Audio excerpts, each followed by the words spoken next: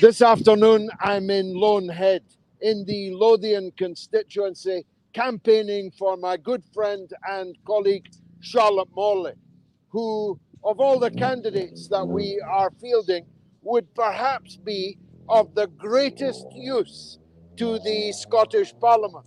As a forensic and brilliant young lawyer, she's exactly what we need when we open the books, as it is our intention to do. I'm in LOANHEAD, visiting and paying my respects at the Miners' Memorial. The true cost of coal is calibrated on this memorial. The true cost paid by 10 generations of miners in this area, miners for coal, that fueled the industry, that made Scotland the workshop of the world, its produce sailing the seven seas in the finest ships that man could build. Two subjects to which I shall return.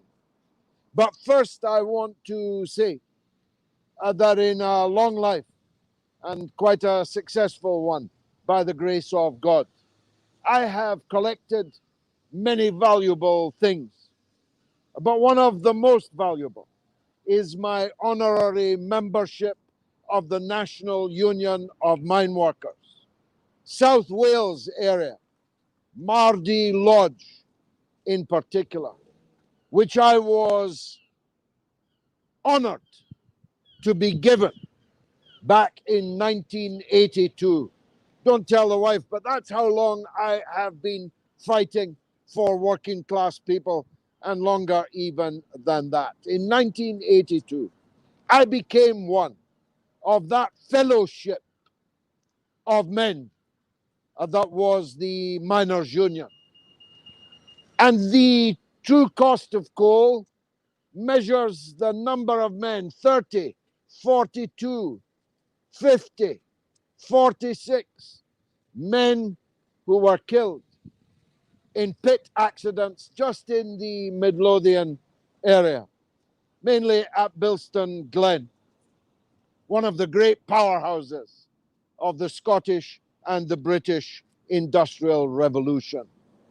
That fellowship is one of the reasons why I am proud to be a unionist.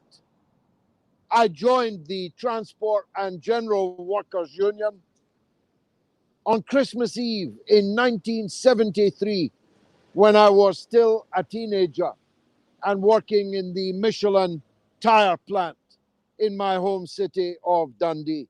And I've been a trade unionist ever since. And I'm a trade unionist for the same reason that I'm a unionist. Unity is strength. United we stand. Divided we fall. When these pit accidents were taking place in Bilston Glen, nobody asked where the miner next to you came from, how he voted, which football team he supported, which religion he professed. They were united because they were miners. They were united because they were workers. They were united because they were stronger united. They knew that. They knew it before 1945, when they were facing the private coal owners, and they knew it after 1945, when they were defending their communities and their industry in the teeth of governments that wanted to close them down, thin them out, and didn't care keenly enough about the safety of the men that were miles underground, hewing the coal, that fueled the power stations, that kept our country as a first-rate industrial power. Nobody asked the miner next to them whether they wanted to be separate from the miners in Northumberland, the miners in Yorkshire, the miners in Kent, the miners in South Wales. Nobody asked them because it would have been a ludicrous question.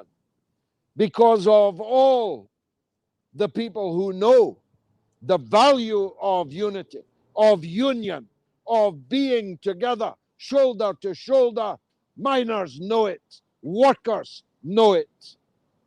I have been an activist, a militant in the working class movement all of my life. And I will die as a militant activist of the working class movement. I believe in the working people of this country. I believe that they can and have achieved great things, and with the correct leadership will do so in the future, long after I am gone. But I am united with people of very different political stripe in this great alliance that we have built here in Scotland. And there's nothing, of course, unusual about that. Mr. Bevan didn't think twice before serving in the cabinet with Mr. Churchill. Mr. Attlee, Major Attlee of Haileybury, he did not think twice before accepting the invitation to be a part of a national unity government, because the enemy that was at the gates was far more dangerous to the working people of Britain than any difference of opinion. Even with Winston Churchill, whose role in so many episodes involving the working class movement in Scotland, in Wales, and across this country had been so very bad. It couldn't be as bad as Hitler. It couldn't be as bad as an invasion by Nazis. It couldn't be as bad as the total destruction of everything that our people had built over so many generations. No, all of the working class leaders, Bevan, Attlee, Bevan, all of them stood shoulder to shoulder with others of different class, of different politics, against the common enemy. And that's what I'm doing here with the Alliance for Unity. We are all for unity for different reasons, maybe. I'm not myself a part of the communities that have a different reason for their allegiance to Britain. I believe in Britain because I believe it's the best unit, it's the best critical mass of 65 million people that can make our people more prosperous, that can divide our wealth more fairly, because that's what I believe in, that's what my politics are. We here in Scotland are far better off because of the union. It's not about flags for me. It's not about sentimentality even for me, though I can be sentimental about the great things that we did as a country. It's about the value of the solidarity that the union represents. And if you want to put pounds, shillings and pence on it, Scotland receives £2,400 a year more per head of population. Every Scotsman, every Scotswoman, every Scottish child is receiving thousands of pounds more per head per year than is being spent by the government in other parts of the United Kingdom. Now, there are good reasons for that. I'm one of the people that fought for that in nearly 30 years in the British Parliament in London. I'm one of the people that argued our case with Lord Barnett, Joe Barnett, Lord Barnett, as he became. I knew him well. I used to often have breakfast with him. He was very proud of his Barnett formula, which is the formula by which we receive so much more, thousands more, than anyone else in Britain. Do you think we could have a health service free in Scotland if we were to wrench our country out of a union of 66 million people? Don't be silly if you do. How could we? Scotland has a deficit of 8 times more than the European Union deficit that is permitted for countries that join the European Union. So if Nicola Sturgeon were to succeed, let's imagine it, she were to succeed in ripping Scotland out of one union, persuading people in another union to allow her in, 7/8 of our public expenditure would have to be axed, destroyed, in order to meet the convergence criteria for joining the European Union. So how could we have a health service? How could we have a police service? How could we have all the public services that we need and need more of? How could we possibly have that in a country of 5 million people, half of whom don't pay tax? Get your head around that. Half of a country of 5 million people don't pay tax. And half of the other half are working and being paid by the taxes of others in that half that pay tax. Working in local government, working in the health service, working for national government, working for the Ministry of Defence. Just think about that. Half of us don't pay tax. Half of the rest of us are paid for by other people's tax.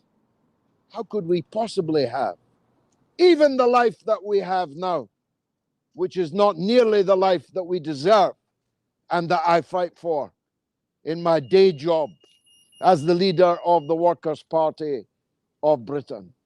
Our living standards would be devastated if Nicola Sturgeon got her way. As a matter of fact, in 14 years of SNP government, Scotland has already gone miles backwards by any metric. Our schools are worse. Our health service is worse. Our roads are worse. Our education is now performing so poorly that when the OECD drew up a report on the outcomes in Scottish education, the SNP government locked it up until after the election so you couldn't see it. That's how bad it is.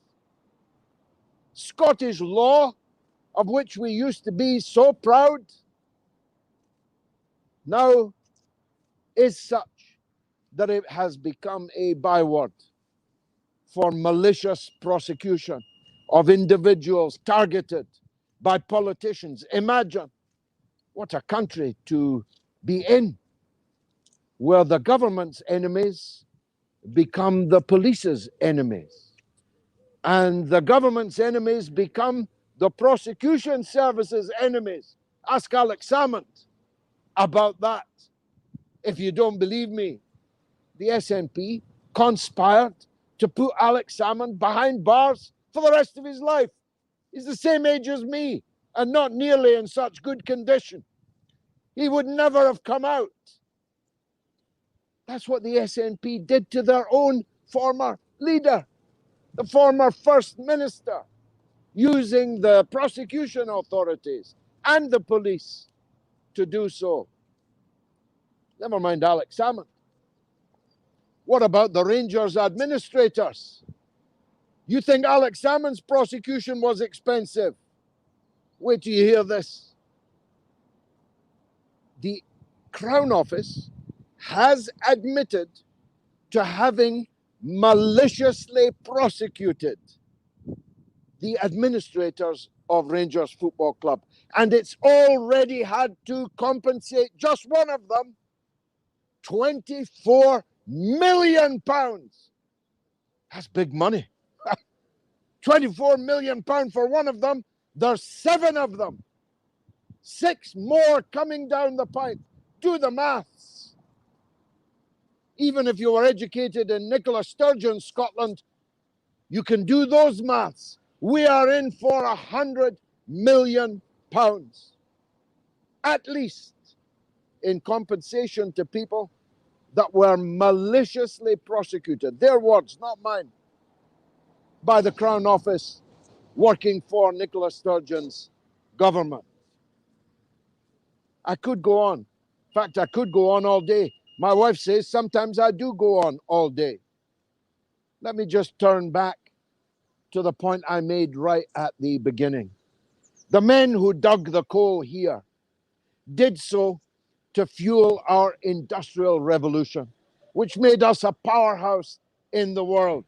Thank you. Which made us something in the world, something beyond our size. Made in Britain, made in Scotland, was something to be.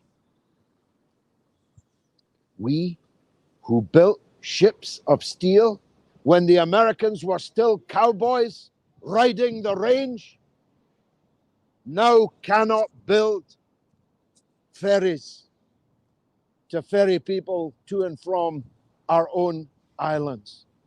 2 ferries. 2 ferries which cost us now and counting £359 million. Years late and still not sailing and never sailing. That's my prediction. They'll never sail. They're the wrong size. The hull is flawed. And as for the windows that have been painted on them, well, at least we can still paint windows. But we can't build ships under the SNP. You know that Ferguson's shipyard was already £100 million in debt when the SNP nationalised them. They were the highest bidders for these 2 ferries, but they got the gig. And by the way, most of the people working in the yard are Romanians, Romanian shipbuilders, not Scottish. This miserable story of 14 years of pathetic misgovernment by Miss Sturgeon has got to come to an end. Now, if Charlotte Morley and I are elected to Holyrood next Thursday, we'll go through them like a dose of salts. I'm bringing with me the stiffest of brooms and a forensic accountant and the legal eagle Charlotte Morley, and we are going to open the books. And it will be difficult to know where to start. We'll certainly not know where to finish. And I'm going to close with some breaking news for you. It's the biggest, it's the worst of them all.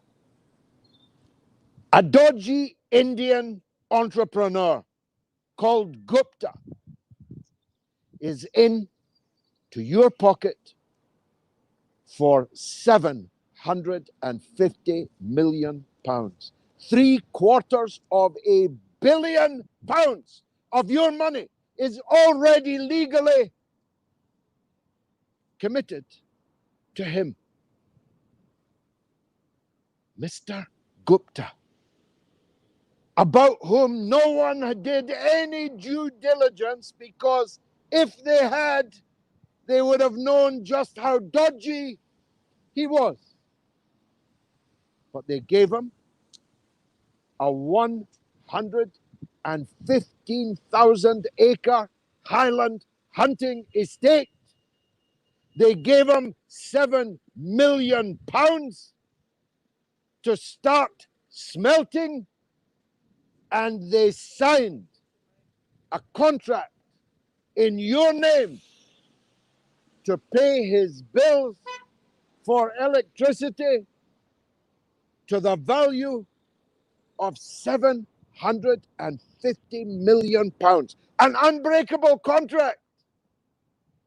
And he hasn't smelted an ounce of aluminium. He may have shot some choice game on the estate that we gave him, though he doesn't look much like a hunting, shooting, and fishing fellow to me. But it all happened at your expense on Nicola Sturgeon's watch. And if you think the Rangers administrators, the Alex Salmond affair, the Derek Mackay affair, sex texting children, schoolboys, whilst a minister in the Scottish government, I've got a son, nearly the age of the schoolboy that the Scottish Minister of Finance was stalking by text, sext texts. And I tell you this, if I'd been the father of that boy and I got my hands on Derek Mackay, the result would not have been pretty. Imagine the Minister of Finance in Nicola Sturgeon's government. And then there's the fumbling, fondling, fingering going on in the whip's office of the SNP in Westminster. I could talk to you about SNP scandals for the rest of this day and still not have enough time. But I'm here to tell you, if you think those scandals were big, and they were, you ain't seen nothing yet. Because this Gupta affair will lead to people behind bars. It must lead to people behind bars. How could it not lead to people behind bars? $750 million to a dodgy Indian businessman at your expense. How could that not lead to prosecutions? Well, it certainly will lead to prosecutions if I'm in Holyrood, if I'm elected next Thursday. It certainly will lead to prosecutions if next Thursday Charlotte Morley is returned. Thank you very much for watching here in LOANHEAD. Long live the miners! Long live the Miners' Union!